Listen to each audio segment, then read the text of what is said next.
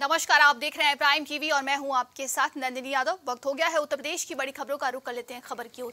CM Keshav Prasad Maurya ने वृक्षारोपण जन अभियान की शुरुआत अपने गृह जनपद कौशाम्बी से की है। उप मुख्यमंत्री ने भरवारी नगर पालिका परिषद में वृक्षारोपण कार्यक्रम के तहत पीपल का पौधा रोपित करके लोगों से पर्यावरण को संतुलित रखने के लिए इस मुहिम में भाग लेने के लिए अपील की है। इस दौरान केशव प्रसाद मौर्य ने कहा कि वृक्ष लगाने का अभियान प्रदेश के लगभग सभी जिलों में तेजी से चल रहा है। मुझे भी कौशाम्बी प्रयागराज में शुरुआत करने के लिए सौभाग्य मिला है। 5 करोड़ पौधे 15 अगस्त को लगाए जाएंगे। कुल 35 करोड़ वृक्ष लगाने का इस बार लक्ष्य रखा गया है।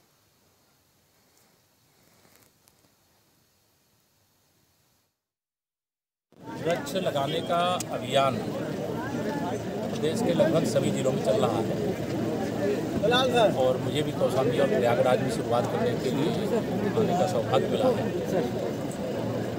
5 करोड़ 15 अगस्त को लगाए जाएंगे। कुल 35 करोड़ वृक्ष लगाने का एक लक्ष्य रखा गया है। अभी हमारे प्रदेश का जो वन क्षेत्र है जितनी अपेक्षा उसके हिसाब से कम है। मैं कौशाम्बी वासियों से, प्रदेशवासियों से ये अपील करूंगा कि परिवार में जितने सदस्य हैं हर सदस्य के नाम कम से कम 2 वृक्ष लगाओ और उनको बचाओ, उनको बढ़ाओ।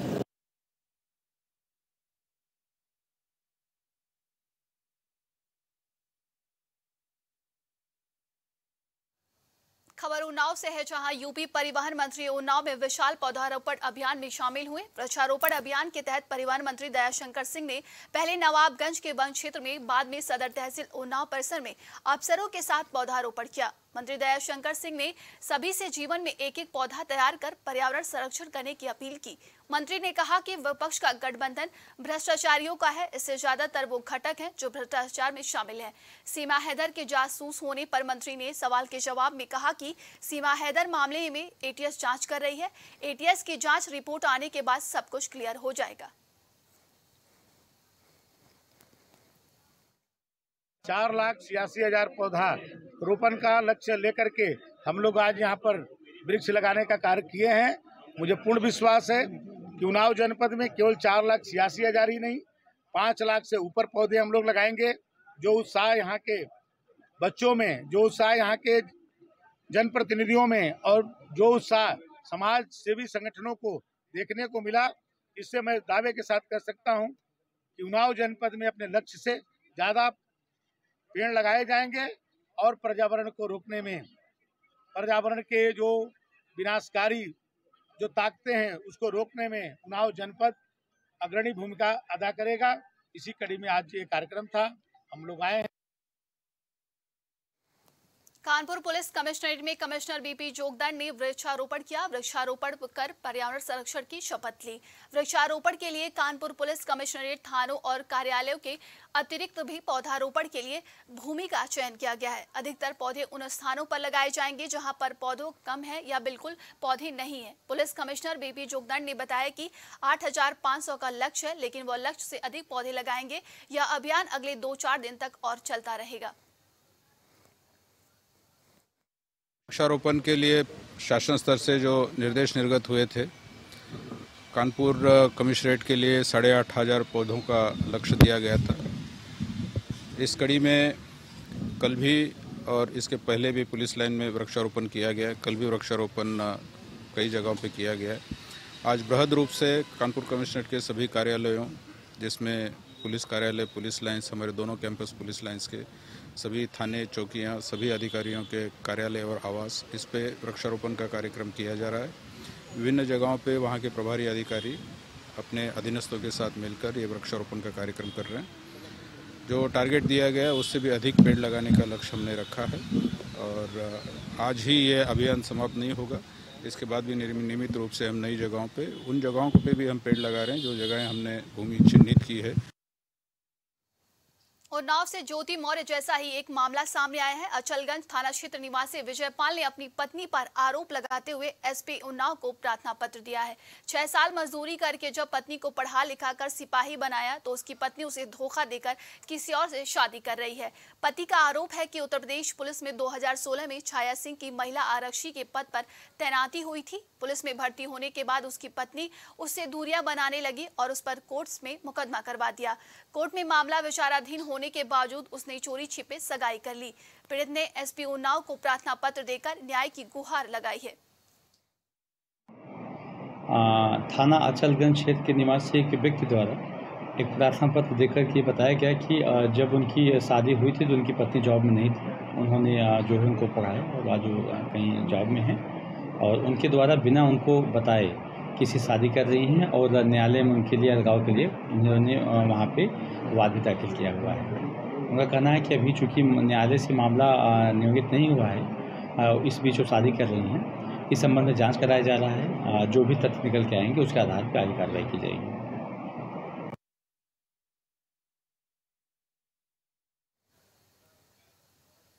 बिजनौर में कोटावली नदी के रपटे पर पानी के बहाव में रोडवेज बस फंस गई। सूचना मिलने पर मौके पर पहुंची पुलिस ने बस में सवार सभी यात्रियों को रेस्क्यू कर सकुशल निकाला।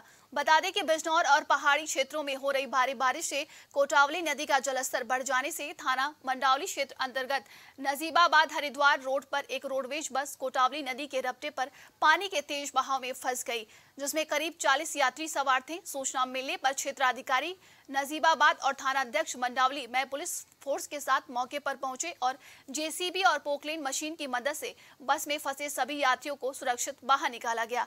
साथ ही स्थानीय पुलिस ने पोकलेन मशीन की मदद से बस को भी बाहर निकालकर रवाना किया।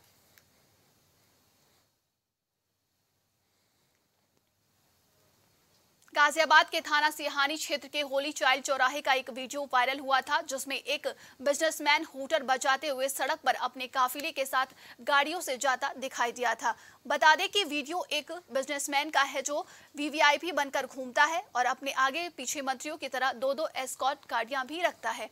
वीडियो वायरल होने के बाद गाजियाबाद ट्रैफिक पुलिस ने संज्ञान लेते हुए उन गाड़ियों के चालान काटे और गाड़ियों से हूटर भी हटवाए। मामले में एसीपी रवि कुमार सिंह ने बताया कि ट्रैफिक पुलिस ने चालान की कार्रवाई की है, साथ ही चारों बाउंसर्स को भी गिरफ्तार कर लिया है। थाना सिहानी गेट अंतर्गत एक वीडियो संज्ञान में आया है, जिसमें एक कारोबारी द्वारा कुछ गाड़ियों के काफिले एवं बाउंसर के साथ दिख रहा है। इस संबंध में वीडियो का तत्काल ही संज्ञान लिया गया और ट्रैफिक पुलिस द्वारा गाड़ियों का चालान किया गया, उनके हूटर और सायरन निकाले गए। साथ ही एक दूसरे वीडियो में इस व्यक्ति के बाउंसरों द्वारा एक व्यक्ति को वीडियो डिलीट करने के लिए कहा जा रहा है। इस संबंध में तत्काल ही पुलिस द्वारा अभियोग पंजीकृत किया जा रहा है, आवश्यक कार्रवाई की जा रही है।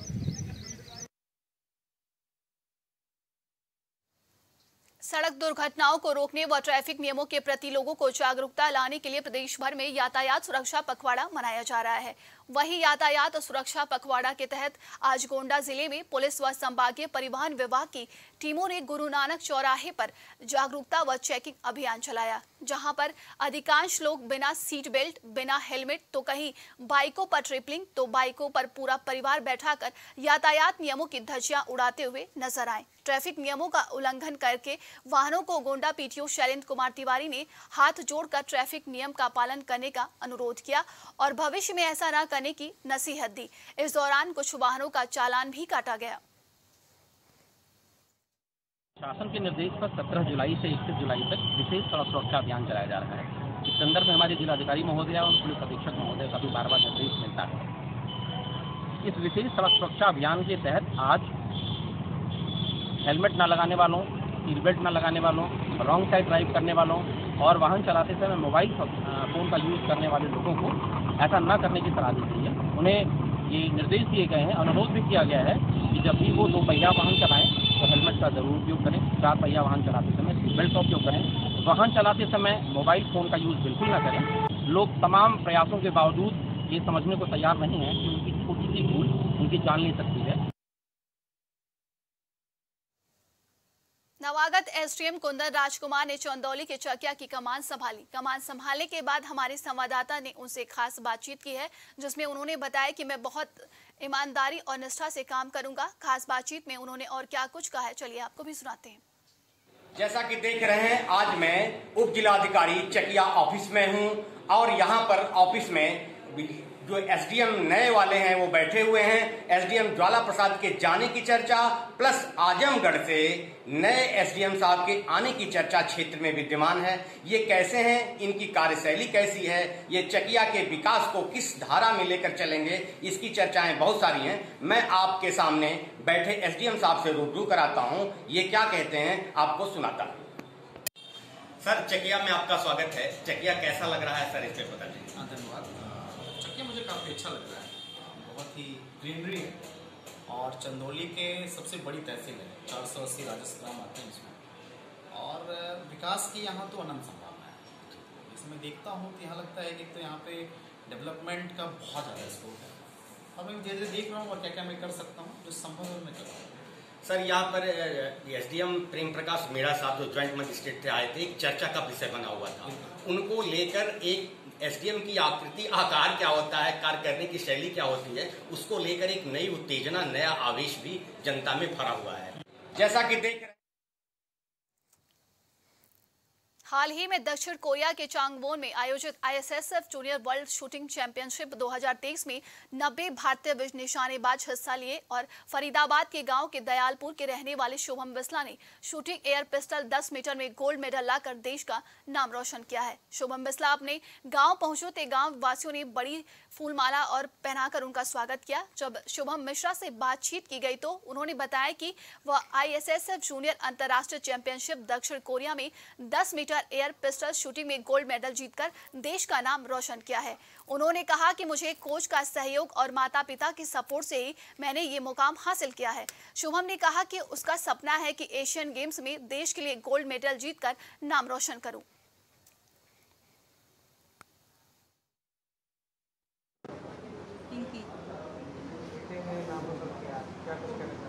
हाँ जी, मेरे बेटे ने बहुत ज़्यादा लगन से मेहनत की है, बहुत ज़्यादा हमें अपने बेटे पर गर्व है।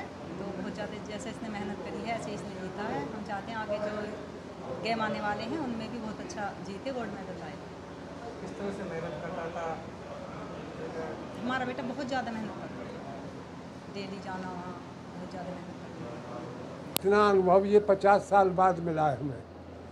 1973 के अंदर हम भारत केसरी बने थे इसी दयालपुर गांव से। 50 साल बाद आज हमको दूसरा मौका मिला है, हमें बड़ी खुशी हुई है।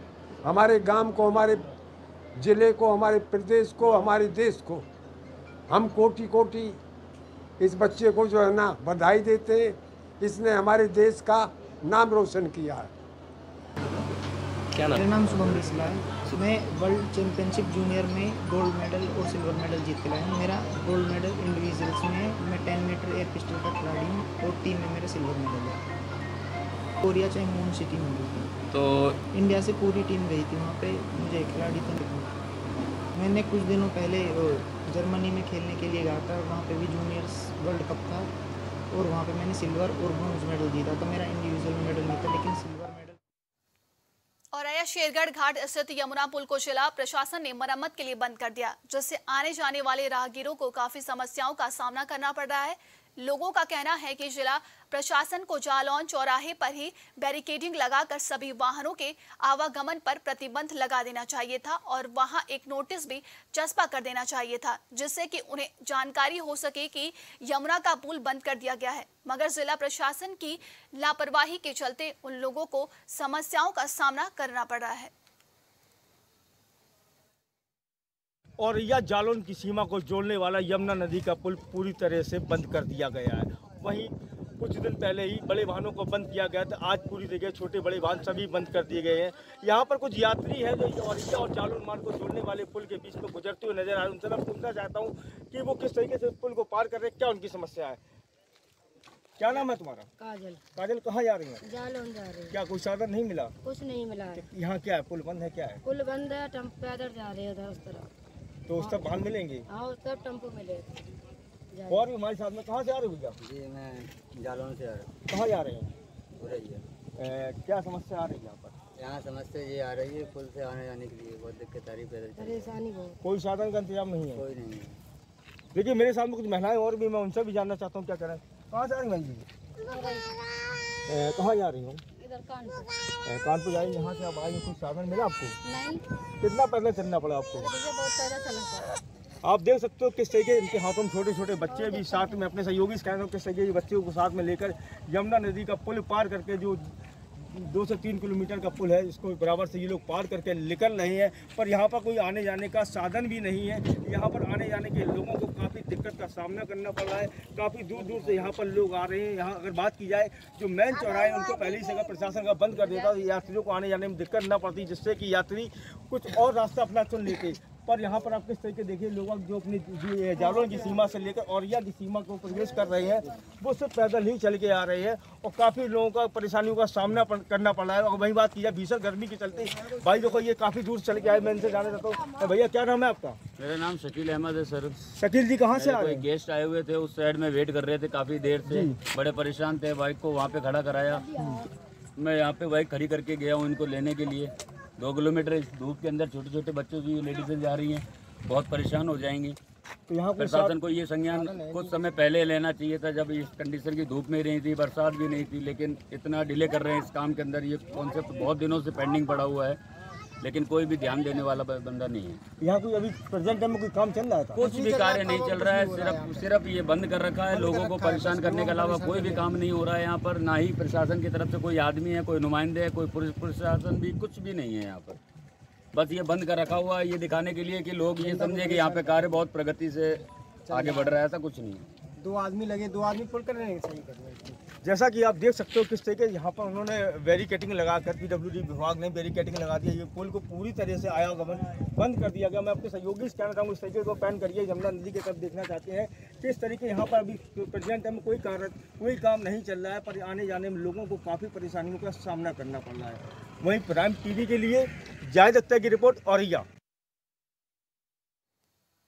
खबर प्रतापगढ़ से है, जहां जीआरपी ने कछुआ तस्करी करके ले जा रहे 2 तस्करों को गिरफ्तार कर लिया। वहीं इनके कब्जे से बैग और पोटली में बंद 207 कछुओं को आजाद कराकर उन्हें वन विभाग की टीम को सौंप दिया गया। वन विभाग के अधिकारी कानून लिखा पढ़ी करके कछुओं की सई नदी में छोड़ने की तैयारी कर रहे हैं।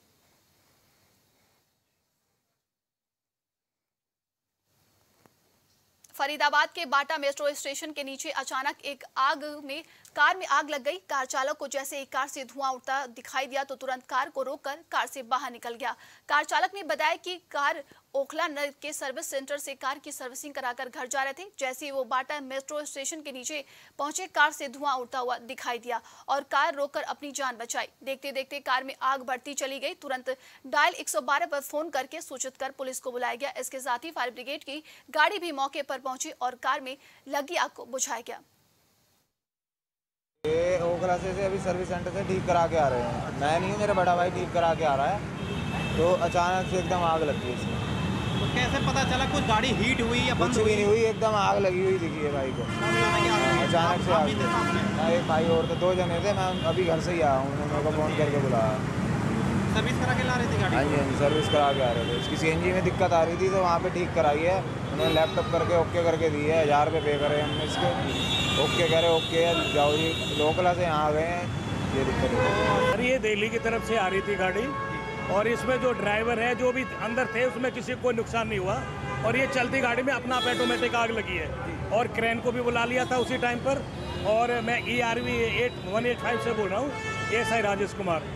तो इनमें कोई प्रॉब्लम नहीं है किसी भी तरीका की और गाड़ी को भी वो जो आग बुझाने वाली मशीन है वो भी मंगा ली और अब क्रेन बुलाई है, क्रेन बना करके इनको एक तरफ अलग कर लिया जाए। फायर ब्रिगेड से बुलाई गई गाड़ी? हाँ जी, फायर ब्रिगेड से बुलाई गई और कुछ मेट्रो है ना, ऊपर से एक तार ले लिया उनका, पाइप ले लिया ऊपर से और ऊपर पाइप से ही इसको बुझवा दिया नीचे से करके।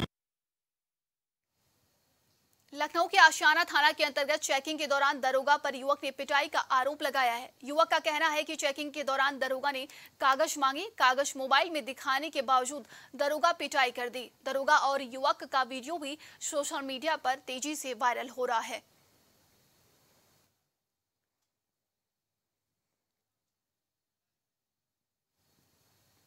अभी के लिए उत्तर प्रदेश की खबरों में बस इतना ही। देश दुनिया की तमाम खबरों के लिए देखते रहिए प्राइम TV।